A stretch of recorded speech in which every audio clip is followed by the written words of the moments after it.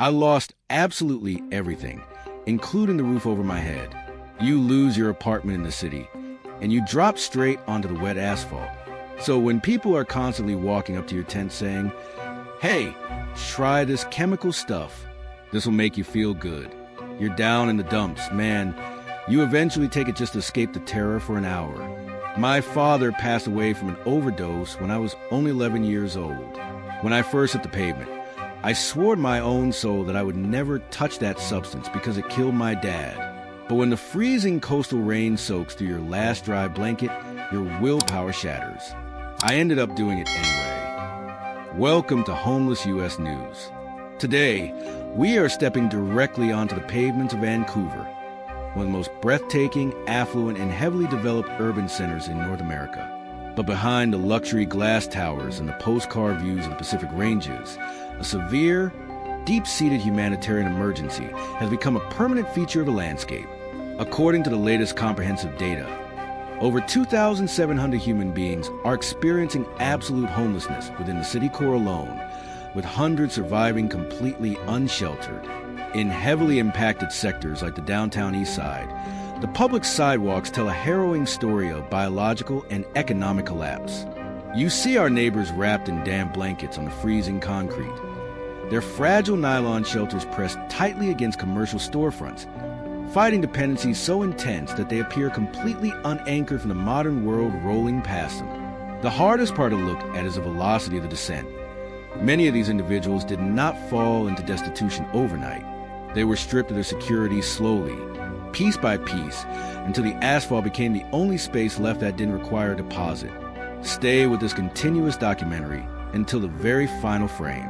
What unfolds across these city blocks serves as a stark warning about how quickly a working-class life can collapse when real estate hyperinflation, untreated trauma, and absolute isolation collide. If you believe that every human life carries inherent value, smash that subscribe button right now and turn on all notifications. Let's walk these blocks together. Drop a comment below. How can one of the wealthiest cities in the country leave thousands of its own citizens to fracture in full public view? Let's uncover the truth.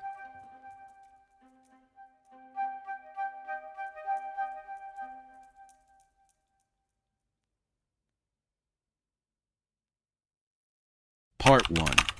Facade of the postcard. Vancouver by the numbers. To truly comprehend the depth of human displacement across British Columbia, you have to look past the pristine travel advertisements and look directly at the real estate ledger. The latest official metrics from the comprehensive point-in-time counts confirm that exactly 2,715 people are experiencing absolute homelessness within the city limits on any given night, representing a major 12% spike from previous tracking periods. Vancouver alone now accounts for more than half of the entire regional displaced population of 5,232 individuals, even though the city core holds only about 1/4 of the total geographic population. Exactly 763 human beings are living fully unsheltered, meaning their only bedroom is a wet sidewalk, a commercial doorway, or a hidden industrial alleyway. Another 1,952 individuals are surviving inside temporary emergency cots or short-term shelter mats, remaining completely unanchored from the stability of a true home. These figures are not abstract data points on a policy brief. They represent living, breathing human beings. They are the mothers, fathers, working-class laborers, and low-income seniors who begin each morning without a key to turn or a private room to breathe. They spend their daylight hours pushing overloaded rolling carts containing the last remaining fragments of their physical lives through the coastal fog, walking miles across the grid just to locate a public facility to maintain their hygiene.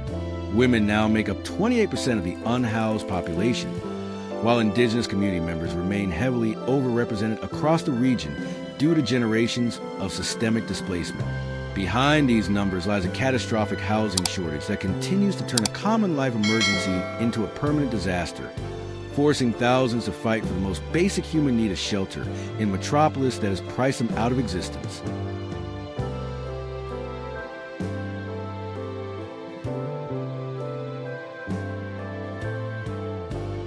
Part 2. The Metropolitan Vortex. Chemically coping with the street. The introduction of hyperpotent street substances has fundamentally altered the face of Vancouver's housing crisis. turning commercial side roads into high-density zones of public distress. In sectors like the Downtown Eastside and along East Hastings Street, the sidewalks have been transformed into open stages of biological survival. According to frontline metrics, an estimated 49% of the unhoused population relies on opioids to numb their reality, a statistic that spikes to an incredible 60% among individuals living fully unsheltered on the asphalt. But the cold data cannot capture the physical degradation of the sidewalk. You see human beings standing completely motionless for minutes at a time, their bodies bent double at unnatural angles, as if their very consciousness has been paused inside them by the chemicals. Others move with a slow, unsteady pace, their forms twisted by chronic sleep deprivation, deep hunger, and the weight of untreated trauma. Their faces carry the weathered expressions of survival, their spirits buried beneath layers of environmental neglect. This is a severe public health emergency happening in broad daylight. The proliferation of these substances does not just damage the physical body. It systematically strips away cognitive clarity, personal dignity, and human hope.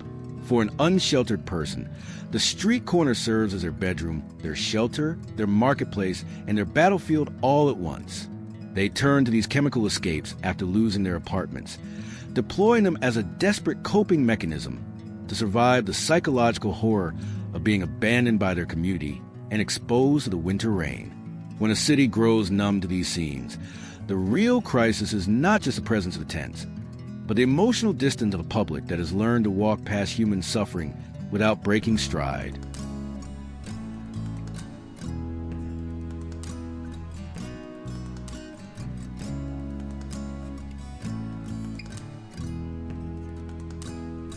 Part 3. The Clinical Meat Grinder, Brain Pathways and Revolution. One of the most painful and severely neglected layers of the Vancouver emergency is the absolute collapse of mental well-being among the unsheltered population. According to official regional data, a striking 81% of people surveyed on the pavement report facing active mental health conditions or substance use challenges, compared to a fraction of that rate within the general housed population. Over 54% of these individuals are trapped inside the dual diagnostic vice of experiencing both severe psychological trauma and chemical distress simultaneously.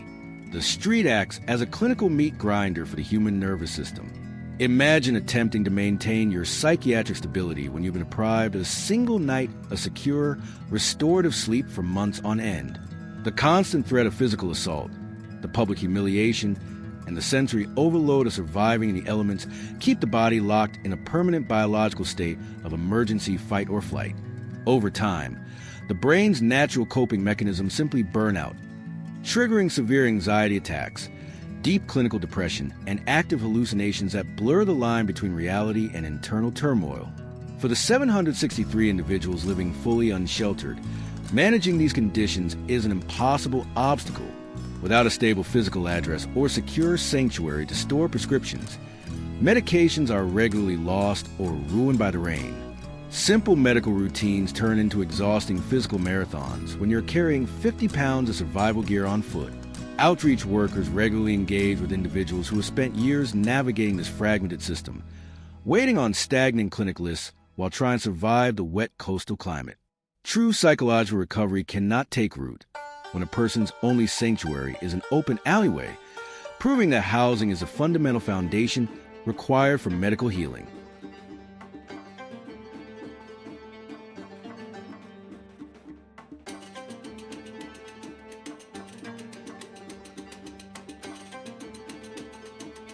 Part 4. The Pacific Monsoon, the Biology of Environmental Exposure. The daily realities of forced outdoor survival across Vancouver expose human beings to physical conditions that few housed residents can truly comprehend. This coastal metropolis experiences more than 160 heavy rainy days every single year, with winter temperatures that hover dangerously close to the freezing mark. For the hundreds of citizens surviving without shelter, this distinct environment creates a damp, penetrating cold that slips directly through clothing, blankets, and nylon tarps, turning the simple act of existing into a life-threatening emergency. Tents lined up across Oppenheimer Park or clustered along the Falls Creek waterfront are transformed into freezing mud pits within hours of a Pacific storm. Residents regularly wake up with their clothing completely soaked, facing an absolute lack of public facilities to dry their gear or maintain basic biological hygiene. When your blankets and mattress foam become waterlogged, they grow heavy, cold, and useless, forcing you to spend long, sleepless nights shivering inside commercial doorways or beneath concrete overpasses to avoid the wind.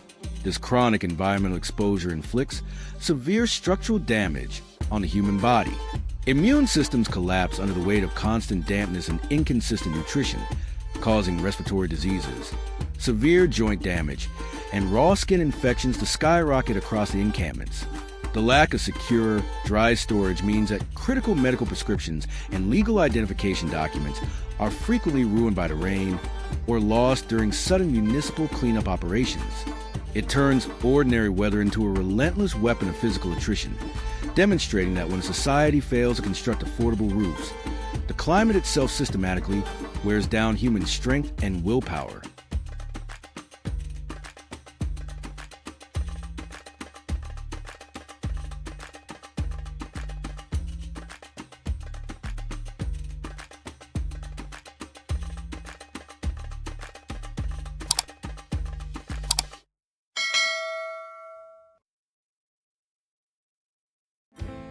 Part 5. The Enforcement Loop, the Displacement of the Camps.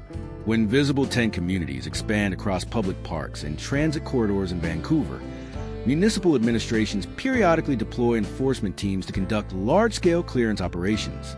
During these interventions, which move through areas like Crab Park and commercial side roads, the temporary shelters of hundreds of unhoused citizens are systematically dismantled and confiscated by city crews under the banner of public space management. While city reports argue that these operations are necessary to restore public accessibility and safety to sidewalks, the ground-level data reveals that these cleanups function merely as a traumatizing enforcement loop for the individual living inside the tent. The arrival of these crews represents a chaotic disruption that strips away the few fragile pieces of security they have managed to manage on the street. A space that offered a tiny shred of privacy or a corner where grassroots outreach workers knew to find them is instantly erased. Residents are forced to quickly pack whatever they can carry into bags or carts, watching their material world being loaded into garbage trucks. In the rush and panic, individuals are frequently separated from essential warm layers and legal identity documents, forcing them to start their survival mission over from absolute zero with less physical energy and less trust in the system. Because permanent, affordable housing units are completely missing from the market, these operations do nothing to cure poverty. They simply force a highly vulnerable population to scatter into adjacent residential neighborhoods, recycling the trauma and pushing stable recovery further out of reach.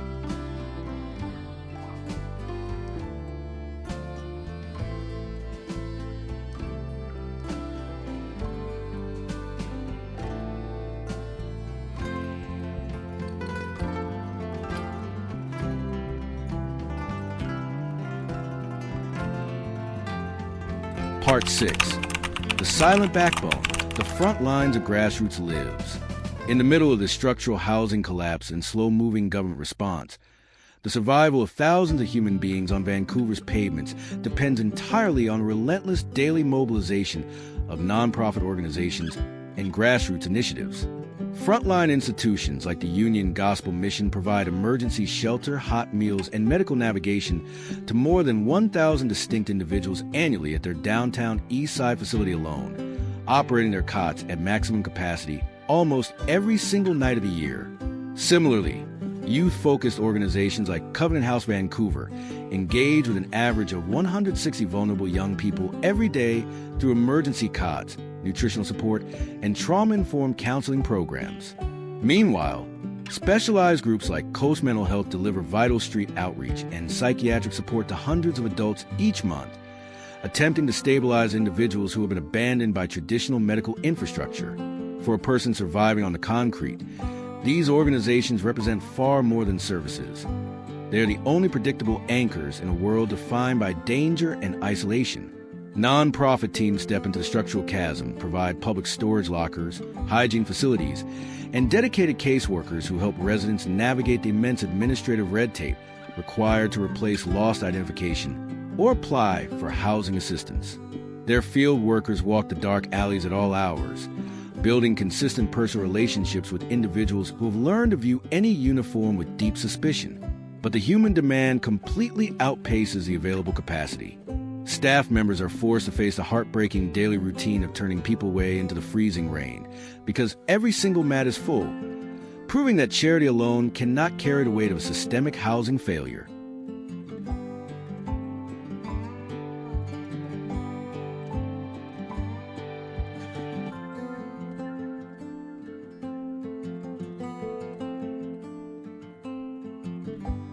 Part 7. The Architecture of Permanence. Housing as integrated medicine. The path forward for the city of Vancouver requires a complete transition away from short-term emergency mitigation and a massive investment in the architecture of permanence. According to housing reports, the city currently operates roughly 130 supportive housing buildings, containing approximately 8,100 units and rooms. But this supply remains a drop in the bucket compared to the ocean of low-income demand. True structural recovery depends entirely on scaling the integrated housing-first model. This evidence-based approach operates on a revolutionary but simple truth. You cannot successfully treat a severe substance use disorder, manage a complex psychiatric condition, or help a person secure stable employment, while their baseline reality is finding a safe piece of concrete to sleep on. True stability begins when you hand an unhoused citizen a key to their own apartment, a private space with a door that locks, a clean bathroom, and a functional kitchen. Once the physical survival panic drops out of the human nervous system, their cortisol levels lower, their mind clears, and they can finally begin the long, difficult work of rehabilitation. Permanent supportive housing models combine a dignified roof with on-site case managers, medical clinics, mental health therapy, and vocational workshops. This integration allows individuals to stabilize their daily routines, keep their medical appointments, and maintain their prescription schedules without the constant fear of violence or displacement. Across British Columbia, these models have demonstrated housing retention rates exceeding 85% after 1 year, proving that homelessness is a curable condition when a society chooses long-term investment over temporary displacement. We must aggressively expand these units, eliminate the bureaucratic red tape that keeps people stuck in emergency shelter loops, and recognize that safe shelter is a fundamental foundation on which all human potential is built.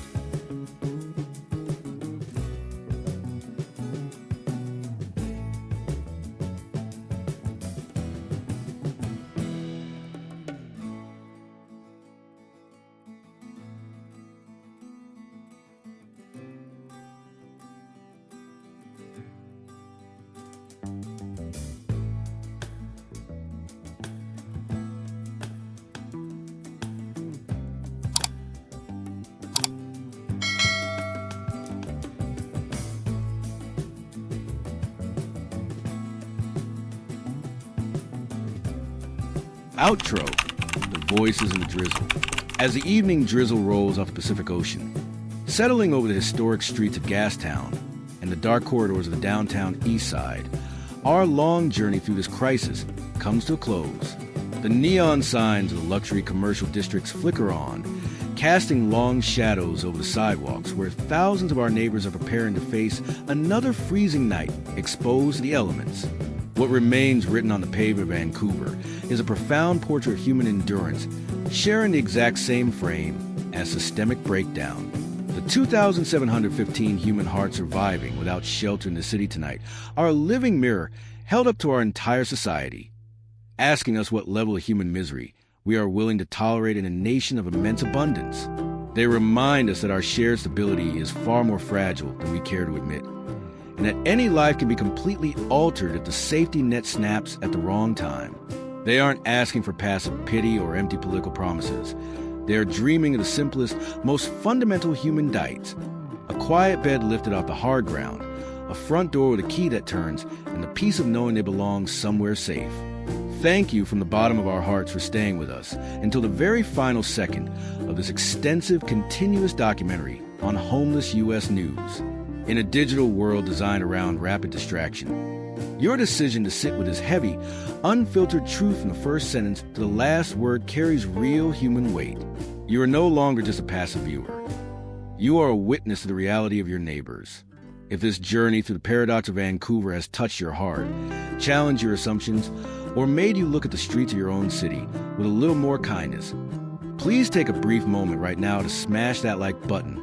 It takes less than a second, but it tells the algorithm that deep human-centered journalism matters, helping this message reach thousands of more minds who need to awaken to this truth. If you want to continue walking alongside us through the hidden corners of America and giving a powerful voice to those who have been silenced in the shadows, hit subscribe to Homeless U.S. News and turn on that notification bell. We are building a global community that refuses to look away from human suffering. We want to hear your voice. What part of this documentary hit you the hardest? Have you noticed this housing crisis shifting in your own hometown? Let's start an honest, deeply respectful conversation in the comments section below. We read every single thought you share. Let's keep our empathy alive, reject indifference, and remember that we're all much closer to each other than the world wants us to believe. Stay warm, stay safe, and we will see you in the next story on Homeless U.S. News.